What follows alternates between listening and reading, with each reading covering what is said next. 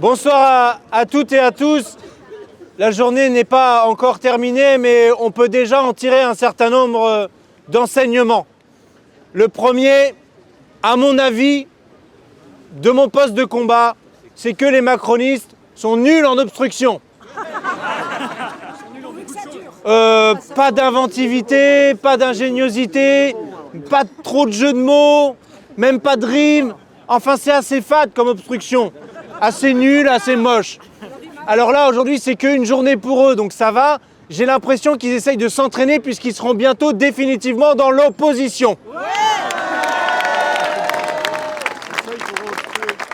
Puisque c'est ça la suite, finalement, c'est la motion de censure, ça vous a été dit par Antoine. Mais je veux revenir sur la réforme des retraites quelques instants. Ils vous ont expliqué qu'il fallait faire cette réforme des retraites pour avoir les comptes à l'équilibre, que c'était nécessaire, parce que sinon on allait être en déficit. Et qu'est-ce qui se passe dès l'année 2024, première année de l'application de leur propre réforme? Un déficit du régime de retraite. Voilà la situation des macronistes, c'est que même leur machin ne fonctionne pas vis-à-vis de leurs propres objectifs. Pourquoi?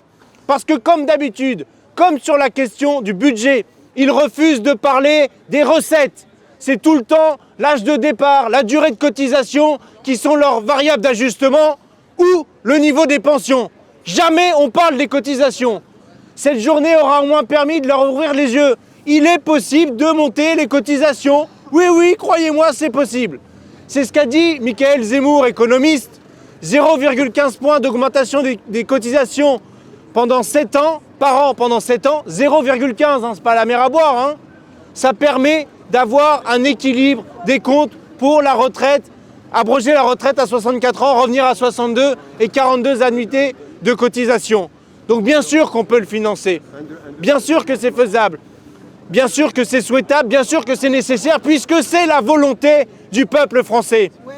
Alors ce soir, dans cette dernière ligne droite, de 21h à minuit, une seule question va se poser. Est-ce que nous allons pouvoir voter définitivement et pour la première fois l'abrogation de la réforme de la retraite à 64 ans dans l'hémicycle? Dit autrement, vont-ils faire obstruction à la volonté du peuple français et de leurs représentants dans l'hémicycle jusqu'à minuit? Et quand bien même ils le feraient, quand bien même il y aurait censure, gouvernement provisoire, ils nommeraient les mêmes, recensure, etc. Nous avons la possibilité de le réinscrire dans une autre niche parlementaire du groupe NFP, la suivante par exemple. La prochaine niche parlementaire, on le remet à l'ordre du jour et on reprend le texte là où on l'a laissé. C'est-à-dire que tout ce qui a été passé comme amendement, c'est fait, c'est plus à faire. Et on continue à progresser. Donc s'ils pensent qu'à l'usure, c'est nous qui allons plier, c'est mal nous connaître. C'est mal connaître la France Insoumise et le nouveau Front Populaire. Parce qu'on lâchera rien pour rendre 2 ans de vie aux Françaises et aux Français. On lâchera rien, y compris pour aboutir à la retraite à 60 ans avec 40 annuités à taux plein. Voilà le mandat que nous ont confié les électrices et les électeurs et que nous respecterons, que nous respectons à l'heure actuelle dans l'hémicycle et que nous respecterons dans le futur. Alors je dis aux macronistes qui se posent des grandes questions existentielles.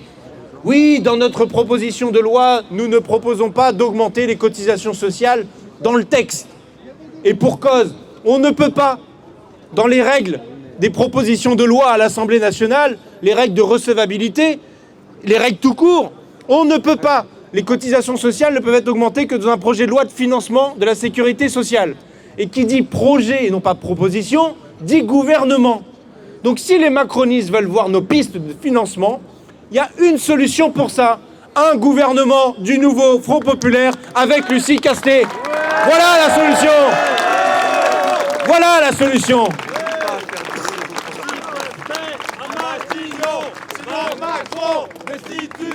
Lucie Castet à Matignon, sinon Macron, destitution. Lucie Castet à Matignon, sinon Macron, destitution. Bon, de toute façon, on va tout faire, hein, censure, destitution, démission, comme il veut, enfin peu importe, on va changer tous ces gens. Et c'est ça qui est lunaire dans l'examen de ce texte. C'est que vous avez des ministres qui vous expliquent qu'ils sont en train de mener des grandes discussions sur l'usure professionnelle avec les partenaires sociaux et qu'ils ont des grandes réflexions sur le taux d'emploi dans le pays et sur la qualité du travail. alors que dans 5 jours, ils sont plus là. Qu'est-ce qu'ils nous racontent? À quel moment on doit les croire? Et les partenaires sociaux sont là, précisément. Non, mais en plus, ils voudraient nous faire croire qu'en 2023, ils ont fait une grande concertation, avant de faire leur réforme de la retraite à 64 ans. Bon, vous avez vu le résultat, évidemment, 3,5 millions de personnes dans la rue, des journées de mobilisation monstrueuses, une opinion publique largement opposée à leur réforme des retraites, opinion publique qui leur reste largement opposée. Le nouveau Front populaire qui gagne les élections législatives, enfin, je ne sais pas ce qu'il leur faut de plus pour comprendre que les gens, ils ont fait leur choix. Parce qu'ils disent, est-ce que les gens sont prêts à augmenter les cotisations et que dans leur salaire brut, la part de cotisation augmente? Qui peut être payé par l'employeur d'ailleurs, en augmentant le salaire, je veux dire. Hein, c'est aussi une possibilité, il faut quand même le dire aux gens. Ben oui, les gens ils sont prêts à ça pour avoir ensuite le choix de partir à 62 ans ou voire à 60 ans, comme le propose le programme du nouveau Front populaire. Parce que c'est bien de choix dont il est question ici. On n'a pas dit que celui qui se sentait, qui aimait son métier, qui voulait travailler jusqu'à 67 ans, comme le permet la loi, ne puisse pas le faire. Bien sûr qu'il pourra le faire. En plus, si on décale l'âge, il aura une surcote encore plus importante qu'avec le système actuel. Donc ça va, tout va bien, tout le monde est content. Et c'est ça le but à atteindre. Donc au moins on aura fait un peu de pédagogie auprès du pays, mais bon, je crois que les gens étaient déjà au courant à la fois de ce qu'on proposait et de leur opposition à ce texte, mais aussi aux macronistes. Vraiment, je pense que sincèrement, ils ont découvert qu'on voulait augmenter les cotisations. Hein. Et à un moment donné, ils me sont tombés dessus. Ah, monsieur le rapporteur, nous avons appris quelque chose aujourd'hui dans l'hémicycle. Vous avez dit que dans vos pistes, vous souhaitiez augmenter les cotisations. Non mais ils lisent rien, ils s'intéressent à rien. Hein. C'est dingue. Hein. On avait fait un document dès 2023 pour dire quelle était notre contre-proposition de réforme avec la retraite à 60 ans et 40 annuités, disponible sur le site internet de la France Insoumise, sourcé grâce à l'excellent camarade Adrien Clouet, évidemment, sans qui on ne pourrait rien faire dans ce domaine. Je vous propose de l'applaudir parce que c'est quand même le meilleur d'entre nous. Donc c'est public, c'est en ligne, on l'assume, c'est notre programme politique. D'ailleurs, on se fait élire sur ces sujets-là. Donc vraiment, il n'y a vraiment pas de sujet, pas de problématique, de choses qu'on leur aurait cachées. Par contre, eux ont caché des tas de choses. Et il y a des amendements qui sont gourmands. Il y a des amendements où les macronistes demandent un rapport, par exemple, sur le minimum contributif et les retraites, les minimums contributifs pour toutes les retraites en dessous de 1 200 € brut. Vous savez, le fameuse retraite à 1 200 € d'Olivier Dussopt. Alors moi, je suis prêt à leur dire de valider cette demande de rapport. En vrai, je suis à ça de dire avis favorable au banc. Parce que si c'est pour être sûr que le ministre nous avait menti à l'époque, il n'y a pas mieux là.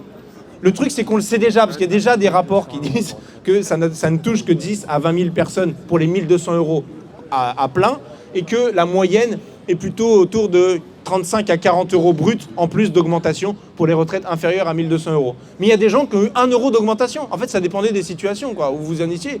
Il y en a certains, ils ont les 100 € en plus, au complet. Mais on vous a dit, avalez les 2 ans de plus, parce que comme ça, les plus précaires, les plus petites pensions, eh ben, elles seront revalorisées. Mais même cette contrepartie-là, elle n'était pas honnête dans le débat en 2023. Et aujourd'hui, on en a l'absolue, l'entière et la complète certitude. Vraiment, je crois que ce soit sur le fond ou sur la forme, cette journée aura fait la démonstration que le nouveau Front populaire est prêt à gouverner le pays, est prêt à diriger le pays, dans le cadre de l'intérêt général, pour satisfaire les besoins. Parce que ce débat sur les retraites, vous avez la ministre Panosian-Bouvet à côté de moi qui me dit « Oui, mais dans votre texte, vous ne parlez pas du travail en général, de la qualité au travail. » C'est vrai, elle a raison, parce que du coup, on n'est pas le gouvernement. Donc on peut pas, on n'a qu'une journée. Déjà, en n'ayant qu'une journée, en mettant que l'abrogation de la retraite à 64 ans, ils arrivent à nous planter avec leurs amendements. Hein. Donc imaginez si on avait mis d'autres choses dans le texte. Alors, elle a raison. Sauf que ce que je leur ai dit avant de vous rejoindre, c'est quoi?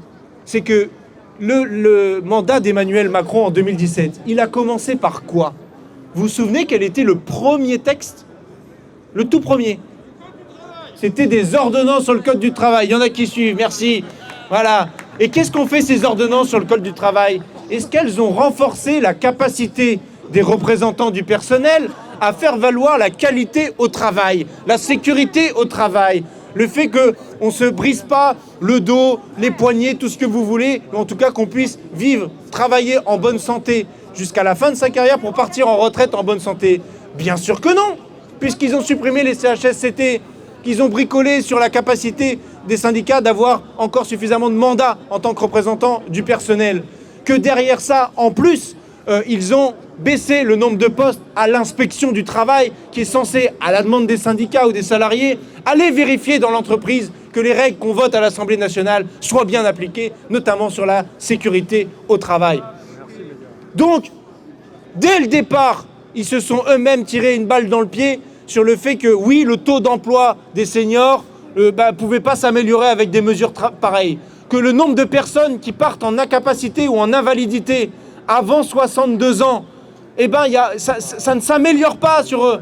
D'ailleurs, ils ont neutralisé cette partie-là de la réforme, en fait. Parce qu'ils n'ont pas déplacé l'âge de 62 à 64 pour ces publics-là spécifiques. Bah oui, parce que si vous faites ça, ça vous fait plus de dépenses de la sécurité sociale par ailleurs. Donc ça marche pas. Donc ils se sont dit, bon, pour eux, foutu pour foutu, on les laisse à 62. C'est ça leur raisonnement.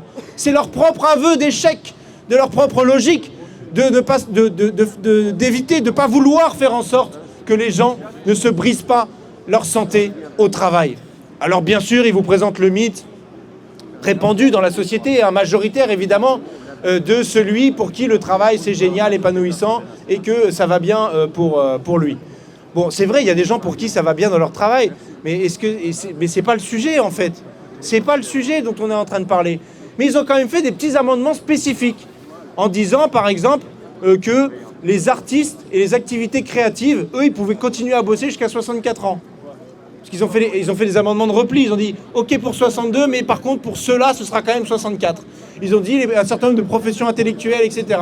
Bon, pour les artistes, peut-être que c'est parce qu'aujourd'hui, ils ont, eux, beaucoup fait les clowns, qui se sont dit qu'il fallait qu'ils puissent partir à 62, enfin plutôt rester jusqu'à 64, puisqu'ils veulent faire trimer tout le monde et continuer à travailler jusqu'au bout. Nous, ce qu'on dit, c'est que s'ils veulent travailler jusqu'à 64, pas de problème, on leur laisse le choix. Mais il faut que ce soit, encore une fois, un choix, une liberté, parce qu'on a une devise, liberté, égalité, fraternité. C'est ça le pacte républicain, c'est ça un régime par répartition, c'est ça le fait qu'on laisse aux gens le choix. Merci en tout cas pour votre attention et votre mobilisation. Et on lâche rien jusqu'à minuit, c'est sûr. Et jusqu'à l'abrogation de la réforme, c'est sûr également. Et même jusqu'à la retraite à 60 ans à taux plein. Merci. Je crois que, je ne sais pas si on m'entend bien.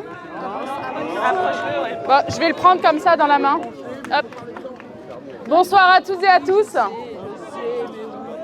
Quel plaisir de vous voir aussi nombreux ce soir pour porter votre soutien aux parlementaires et à l'abrogation de la réforme de la retraite à 64 ans. Je peux vous dire que votre présence nous fait chaud au cœur. Parce que là-dedans, ce qui se passe au sein de l'hémicycle de l'Assemblée nationale est un scandale absolu. Les macronistes, aidés de la droite, essayent de ne pas arriver au vote pour l'abrogation de cette réforme des retraites. Pourquoi ? Parce qu'ils sont minoritaires dans l'hémicycle, parce qu'ils sont minoritaires dans tout le pays. Et aujourd'hui... Ouais, c'est bien d'applaudir aussi.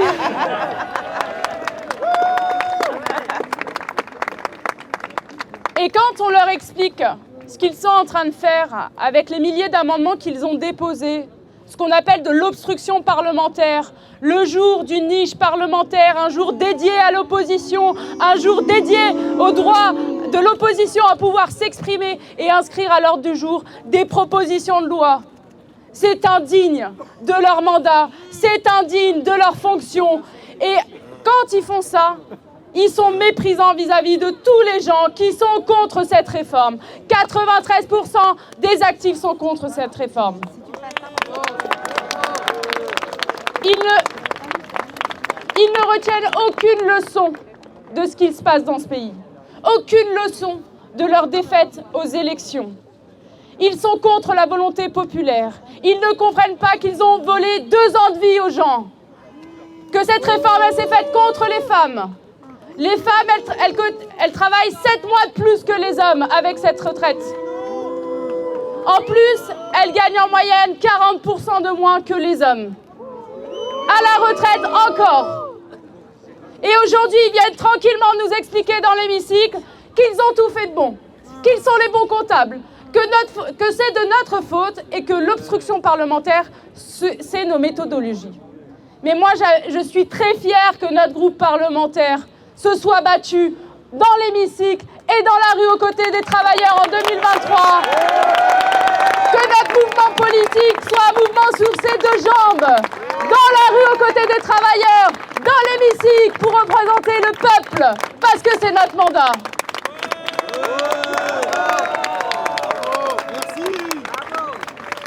Donc je vais vous dire une chose. Sachez que jusqu'à minuit 001, on va se battre pour tout faire, pour abroger cette réforme de la retraite à 64 ans. Nous allons nous battre sur chaque amendement, sur chaque prise de parole. Et vous pouvez compter sur nous. Merci. Pierre-Yves Cadalin, député de Brest, Brest l'Insoumise vous salue. Entendez-vous dans le pays monter la clameur à l'unisson qui dit le droit social compte, la République sociale compte, nous combattons l'injustice, nous allons, plus tôt que tard, abroger la réforme des retraites.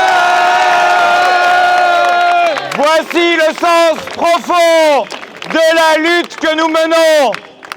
Cette lutte dont vous êtes les porteurs et dont vous êtes, comme nous au sein de l'hémicycle, les représentants de millions de travailleurs, de millions de travailleuses qui comptent sur nous à ce stade, qui se disent que le combat vaut toujours la peine d'être mené. Et nous menons ce combat, celui dans les pas du grand Jaurès de la République sociale, ce combat indissociable qui unit le combat social au combat démocratique. Car disons-le nous bien, la manœuvre d'aujourd'hui, opérée par les macronistes, est un scandale démocratique profond. Ne vous laissez pas abuser par leurs récits quand ils vous racontent « Ah, vous faites de l'obstruction !» Ah, vous aussi, lorsque nous avons bloqué la réforme des retraites, eh bien nous l'avons fait au nom de la souveraineté populaire qui se manifestait dans la rue. Aujourd'hui, ce qu'ils font, en méprisant les conditions de travail, aujourd'hui ce qu'ils font c'est tout l'inverse. Affaiblis, esseulés, battus aux élections, les voilà qui trouvent des ressources parlementaires indignes pour s'opposer à la souveraineté du peuple. L'histoire des luttes sociales et politiques en France doit leur apprendre qu'ils seront encore plus fermement qu'en juin et en juillet dernier, durement battus aux prochaines élections, quelles qu'elles soient. Et ils nous apprennent également que la Ve République, qu'Emmanuel Macron, son président pour l'instant, ont fait plus que leur temps. Vive la Sixième République, vive la Constituante, vive la démocratie sociale et politique. Et comme le disait le grand président chilien Salvador Allende, dont nous honorons la mémoire comme celle du grand Jaurès, comme celle de tous ces hommes et de toutes ces femmes qui se sont battus avant nous, comme celle de tous ceux et toutes celles qui se battent dans la rue, eh bien Allende nous donne un mot d'encouragement, il nous dit « L'histoire est nôtre, ce sont les peuples qui la font, en avant les amis et les camarades !» Je suis Nathalie Oziol, députée de l'Hérault, et avec mes collègues, fiers de mener la bataille pour l'abrogation de cette infâme réforme de la retraite à 64 ans. Alors c'est clair que déjà ça fait du bien de prendre l'air un petit peu parce que l'ambiance est très tendue et elle est tendue parce qu'en fait ils, les macronistes et des de la droite, sont très en difficulté. Ils sont en difficulté parce qu'ils sont minoritaires. Ils l'étaient déjà de 2022 à 2024 et c'est bien pour ça qu'ils ont dû passer par un 49-3 et contrairement à ce qu'a dit un député macroniste, non, un 49-3 n'est pas un vote. Il y en a un qui a osé sortir ça.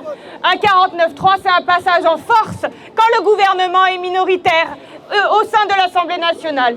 Et donc, nous revoici aujourd'hui à étudier cette abrogation. C'est la première fois, malgré plusieurs tentatives, c'est la première fois qu'on passe les murs de la commission et qu'on peut avoir le débat dans l'hémicycle, au sein de l'Assemblée nationale. Et c'est nous, la France Insoumise et le Nouveau Front Populaire, qui avons permis ce débat aujourd'hui. Et je rappelle qu'une niche parlementaire, c'est une seule journée, de 9h à minuit, et que les opérations d'obstruction qui sont faites par le gouvernement, aidé par la petite poignée de macronistes présents, qui sont souvent les anciens ministres, donc l'ancien gouvernement et le nouveau gouvernement ensemble liés pour faire de l'obstruction, cette opération-là, elle est scandaleuse.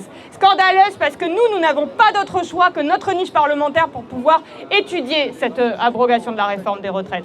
Alors ils nous font toutes sortes de propositions qui sont toutes plus ridicules, absurdes et cyniques les unes que les autres. Mais il y a eu un vote. Il y a eu un vote. Il y a un article principal dans notre proposition de loi. Et ils ont déposé, comme cela se fait, des amendements pour supprimer cet article principal. Si cet article est supprimé, il n'y a plus de proposition pour abroger la réforme des retraites. Il y a eu un vote. Nous avons gagné ce vote. Ils l'ont perdu. Et voilà pourquoi ils font de l'obstruction, parce que si on arrive au bout, évidemment qu'on l'abroge, cette réforme des retraites. Alors on est bien plus tenace que ce qu'ils pensent, même si je pense qu'ils se doutent un peu maintenant qu'on lâche jamais trop le morceau. Et s'il faut arracher l'abrogation avec les dents, eh ben on le fera. Et s'il faut redéposer cette proposition dans une autre journée de niche parlementaire du NFP, eh bien on le fera. Et on poursuivra à chaque fois que nous aurons l'occasion, on ne lâchera rien. Parce que eux, ils sont là, il faut les voir, hein, franchement. Ils nous regardent en rigolant, en ricanant, leur rire de bourgeois, comme tu as dit. Ils comprennent absolument pas ce qu'ils font. Ils comprennent pas ce à quoi ils condamnent les gens. Arracher comme ça 2 années de vie aux gens, ils ne comprennent pas ce que ça fait dans la chair et les esprits. Eh bien, nous, on leur rappelle. Et lorsqu'ils comparent leur obstruction parlementaire à celle que nous avons faite, nous leur disons, il n'y a aucun rapport. Aucun rapport, parce que nous avons la légitimité populaire. Nous avons le soutien populaire. Vous êtes contre le peuple.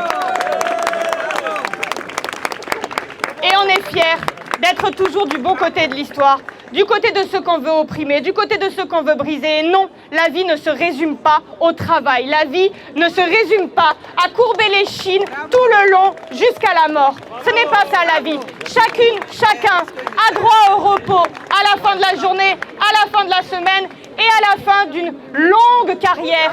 Chacun a droit à ce repos-là. Et nous défendons ceci. Eux, ils appellent ça l'oisiveté. Quand je vous dis que c'est un cynisme, ce n'est pas l'oisiveté que de prendre du temps pour soi, pour sa famille, pour son épanouissement. Et nous continuerons de défendre ça, bec et ongle. Alors, comme durant toute la bataille du budget, ils seront obligés de se dévoiler et de se ranger du côté du capital. Et donc de se ranger du côté de la retraite à 64 ans, même à 67 ans, comme l'a dit Jordan Bardella, ce qui lui a échappé durant les dernières campagnes législatives. Et j'ai entendu de la part de plusieurs collègues du NFP, durant les échanges sur la question des retraites, reprocher au Rassemblement national à plusieurs reprises et à l'extrême droite de façon générale de n'être pas légitimes parce qu'ils n'étaient pas venus en manifestation et qu'ils n'étaient pas venus dans la rue. Alors oui, effectivement, ils ont appelé à plusieurs reprises à casser la grève, à nous dire, à nous faire la leçon en nous disant rentrez chez vous, on s'occupe de tout à l'Assemblée nationale. Ne faites jamais confiance à des élus qui vous disent surtout on s'occupe de tout. On s'occupe de vos affaires, restez chez vous. C'est faux que chacun s'occupe de ses affaires et fasse à l'inverse, remonter à leurs élus ce qu'il faut faire là-haut jusqu'à l'Assemblée nationale. C'est comme ça que ça marche la démocratie de base. Mais au-delà de ça, non, c'est pas vrai. L'extrême droite est allée dans la rue durant cette réforme de retraite. C'est faux de dire qu'elle n'y est pas allée.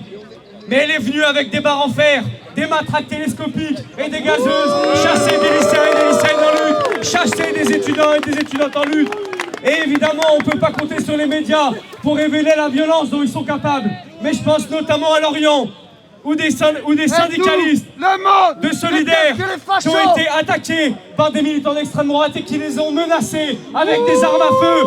Voilà la réalité du pays et voilà la réalité de l'extrême droite. Et il est bon de se rappeler que si nos adversaires du jour sont les macronistes, que l'extrême droite reste bel et bien le plus grand ennemi des travailleurs et des travailleuses. Merci à tout le monde. Restez motivés, parce qu'on a encore beaucoup de combats à mener. Et on va les abattre, on va continuer à les faire trembler. Les Bolloré, les Bernard Arnault, les Marine Le Pen et tout ce qui va avec. Et on était là déjà dans la rue, il y a déjà des mois, même des années, souvenez-vous. Ils ont essayé de nous imposer une réforme des retraites par capitalisation. Nous l'avons refusé, nous étions dans la rue par milliers pour nous y opposer. Je suis Ségolène Amiot, députée de Nantes, insoumise évidemment. Et nous étions ensemble déjà dans la rue à cette époque et nous avons continué à militer dans la rue lorsqu'ils ont annoncé cette nouvelle réforme des retraites qui nous vole 2 ans de vie encore. Cette réforme des retraites, évidemment, ils nous l'imposent par 49.3 parce qu'ils savent très bien que si on devait arriver au vote, ils ne l'obtiendraient pas. Ils nous ont dit « Calmez-vous les insoumis, vous nous emmerdez avec vos milliers d'amendements. Essayez de faire les choses bien, rentrez dans le rang, faites les choses dans l'ordre. » Très bien, faisons les choses dans l'ordre. Nous avons des élections, nous les gagnons. Et qu'est-ce qu'il se passe? Ils nous chient dessus. Ils chient sur la démocratie. Non, il faut dire les choses comme elles sont. Sincèrement, on a fait les choses comme il fallait, on est rentré dans le rang, on a présenté des candidats partout, on a fait l'union des gauches avec le nouveau Front populaire et on a remporté les élections législatives pour finalement se retrouver avec le plus mal nommé des premiers ministres, celui qui a le moins de légitimité et qui poursuit la casse de tout notre tissu social, tous nos services publics, qui poursuit la casse, l'œuvre magnifique de ce très cher monsieur Macron. Alors qu'est-ce qu'on fait? Eh bien on continue, puisqu'on nous a dit de rentrer dans le rang, on poursuit. Qu'est-ce que le rang nous permet de faire? Eh bien il nous permet de destituer, il nous permet de censurer. Alors qu'est-ce qu'on va faire dans quelques jours? Je crois que c'est quoi, le 4 décembre? Le 4 décembre, nous voterons la censure de ce Premier ministre et de son gouvernement. Totalement illégitime. Qu'est-ce que pourra faire Macron après ça? Renommer Barnier, mais bien sûr, il sera censuré immédiatement après. Et c'est lui qui nous parle de stabilité du gouvernement, qui nous parle de stabilité du pays. Et c'est nous qui mettons le chaos après ça? Bien sûr que non.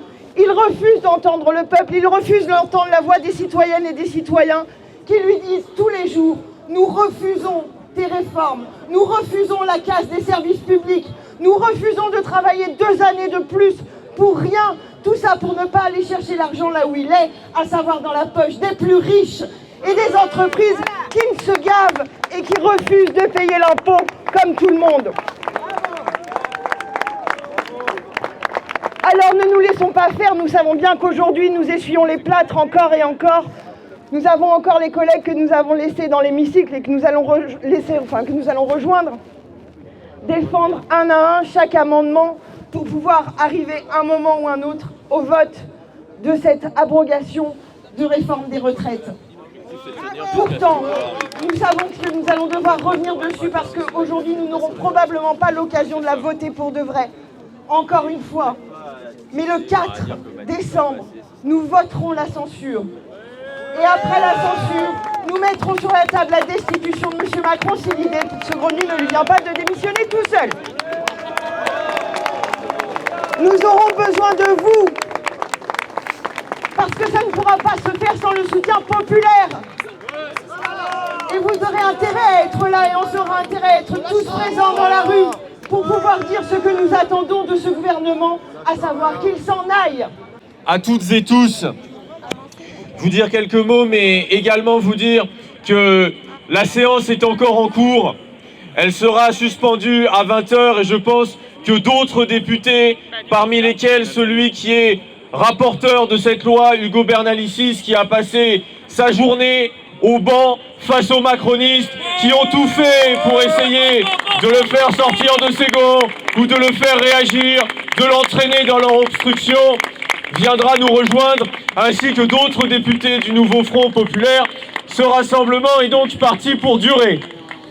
J'ajoute à ce qui a été exprimé par les camarades qui se sont exprimés avant moi que le point où nous sommes est un point de rupture, non seulement pour le gouvernement, non seulement pour Michel Barnier, mais il est un point de rupture pour notre pays et pour la Macronie tout entière. La journée d'aujourd'hui n'est rien d'autre que la démonstration du naufrage en direct des macronistes, qui n'ont plus rien à quoi se raccrocher. Ces gens ont perdu les élections, ces gens sont minoritaires dans l'Assemblée, et tout ce qu'il leur reste, c'est d'essayer de paralyser cette Assemblée parce qu'ils ont peur, et peur du vote. Oui, la semaine prochaine, dans quelques jours, le gouvernement tombera. C'est une quasi-certitude.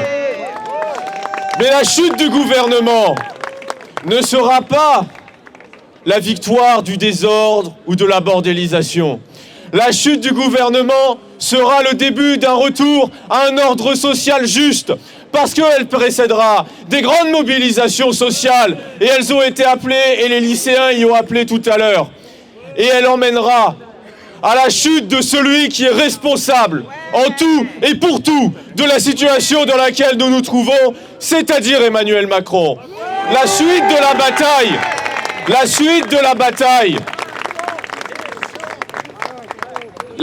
la bataille qui nous permettra, oui, d'abroger la réforme des retraites, mais aussi de revenir à la retraite à 60 ans, parce que tel est bien l'objectif au bout du combat. La suite de la bataille verra Emmanuel Macron chuter, démissionner ou être destitué. Et alors le peuple aura la possibilité de reprendre le pouvoir et de remettre un peu d'ordre là où la Macronie avait tout saccagé.